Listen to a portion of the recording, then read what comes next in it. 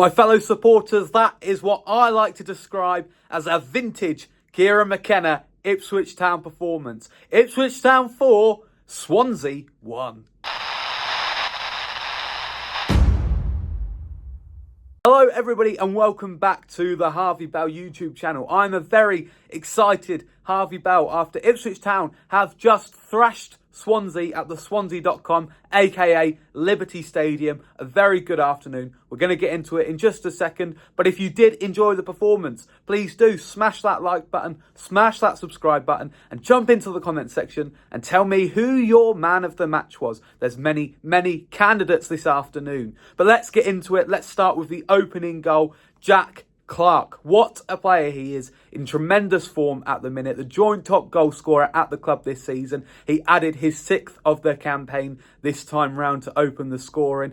The ball was getting away, QPR on the break, Dara O'Shea won it back. Clarke then picked it up, took on 2 men, and yeah, what a finish it was, into the bottom right hand corner. And I'm not really surprised because Clarke has that in his locker. He's done it so many times for Sunderland, and now he's doing it for Ipswich Town, and what a player we have on our hands. We went into half-time 1-0 up, came out of half-time, Swansea got themselves back on terms, and it was identical to the goal that we conceded against Watford in midweek. This time it was Giancarlo Franco with the goal. The Swansea team came up the left-hand side, crossed it into the middle. Yeah, he just tucked it into the corner, and there wasn't really anything that Walton could do about it. We then went back in front. This time it was a Cameron Burgess own goal. Of course, the former Ipswich Town centre-back, cult hero status at Portman Road, but this time, unlucky for him, Leif Davis run down into the box, had a shot, and Burgess turned it into his own net. Usually, you sort of laugh about an own goal, you sort of take the mickey out of the player that scored it, but we all love Cameron Burgess. Difficult afternoon for him. I mean, he did actually get another own goal, which we'll touch on again in a minute. He scored 2 own goals, which is, pretty crazy. But we won't poke any fun at him because of what he did in an Ipswich Town shirt. And we're all very, very fond of Cameron Burgess. But his goals did help us to a massive 3 points today. The third goal came from our Spaniard off the bench, Ivan Azon. And this one was so exciting because I was speaking in midweek after the Watford game just how good Ivan Azon is and how close he was to being such a good substitute off the bench, bar for the fact that he wasn't scoring goals. Well, he has now scored his first goal for Ipswich Town. It came from a corner. Dara O'Shea got the first header. It was saved by Vigoro in the Swansea goal. It fell to the head of Ivan Azon, who will have the easiest finish of his life. But he is not complaining by the nature of the goal because he is now an Ipswich Town goal scorer, and we are all very happy about that very fact. We wrapped up the scoring. Cameron Burgess own goal again. The cross came in. It was heading straight for Nunes. Nothing Burgess could do other than turn it into his own net. And yeah, we're all back in love with football. Let's touch on some key talking points from the game. Jack bloody Taylor. What a midfielder he is. Excuse my French there. But yes, I am very, very impressed with him over the last few weeks. He came back into the squad against West Brom to the surprise of many people. He signed a new contract just last month to the surprise of many people. But he looks every bit worth that investment. I think people are just generally really surprised to see him doing so well. But I don't know why, because he's always been quality in an Ipswich Town shirt. And, I will hold my hands up and I will say that I doubted him. I thought his days were numbered at Portman Road, but he has come into this squad and he has picked up massively, and he has been key to us winning 3 of our last 4 games and our massive upturn in form. His partnership with Matasiwa today was very, very good, and it allows Jens Kajus to show his quality when he comes off the bench. I've criticised Jens Kajus in the past for the fact that he doesn't sustain his performances for long enough. By having Jack Taylor, an engine in the team that plays well for 60 minutes, it allows Jens Kajus to then come on and show the absolute best of himself as well. I want to talk about Christian Walton. At 2-1, it was cagey. It was getting a bit of a nervy affair for Ipswich Town. It was getting sloppy. And yeah, well, Swansea nearly got themselves back on terms, bar for the fact that Christian Walton pulled off what many might call the save of the season. A really, really good palm, sort of getting the ball away from goal. And yeah, it was crucial. And that felt like a real turning point in the game for me, because we then went on to get our third and made sure of all 3 points from there. But it wouldn't have happened if it wasn't for Christian Walton's massive, massive save. And yeah, full credit to the goalkeeper there. Clarke, I know I spoke about his goal.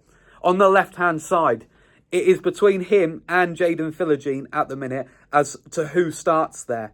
And I have to say, Jack Clarke is going to be very, very hard to drop. Not just because he scored, but also just because of his overall performance as well. Sorry, my arm's starting to ache a little bit. I'm not sure if you can see that. I'm not in my usual setup as I'd usually be, but I'm not complaining because Jack Clarke has made me a very, very happy Ipswich Town supporter this afternoon. And yeah, I mean, I think he gives Ipswich Town a lot more than perhaps Jaden Philogene does across 90 minutes. And I'm not discrediting Philogene at all. He's been terrific this season. He's got so much quality. But I think Jack Clarke offers more in the build-up. And if he starts scoring goals similar to what Jaden Philogene does, as he has done today, yeah, he's making a real big case to start.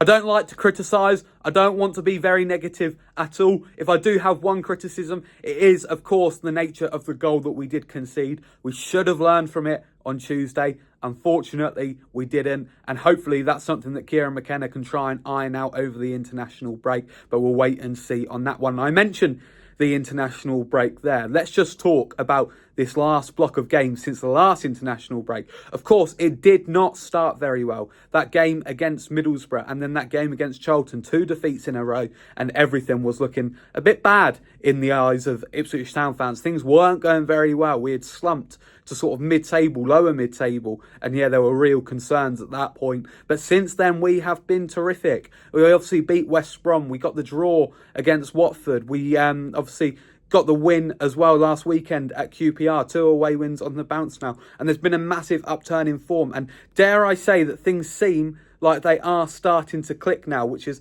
very, very positive to see. And I just really hope that it continues after the international break. It's Wrexham up next. And if you're a regular viewer of this channel, I've been saying for the last few weeks that this block of games has been so important in terms of building some momentum that we haven't had. I earmarked Swansea, Watford, Wrexham and QPR as the 4 games that we really must keep an eye on and try and build some momentum. And luckily we have. I know we drew against Watford, but 2 wins out of 3 so far and remaining undefeated in that block has been so impressive. And hopefully we can do it against Wrexham as well and claim another valuable 3 points. We're going to wrap up this video very, very shortly because I want to let you go off and enjoy your Saturday night in the knowledge that Ipswich Town have another 3 points on the border and are within 2 points of Millwall in the top 6 of the Championship. So 7th place at the minute for the Super Blues. Let's have a look at the results elsewhere. Blackburn lost 2-1 to Derby County at Ewood Park. Colton Morris with yet another goal. He is now the joint top goal scorer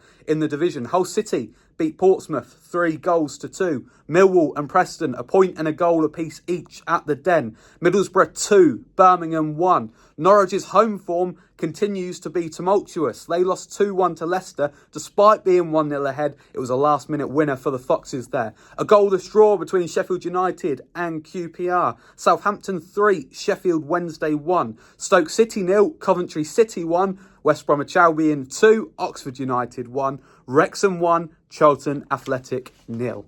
So there you have it. Those are the final results from the Championship on this Saturday. But the one we all care about is Ipswich Town 4, Swansea City 1. Tell me in the comment section who your man of the match was. Otherwise, thank you very much for watching. Enjoy your Saturday night and keep on keeping on.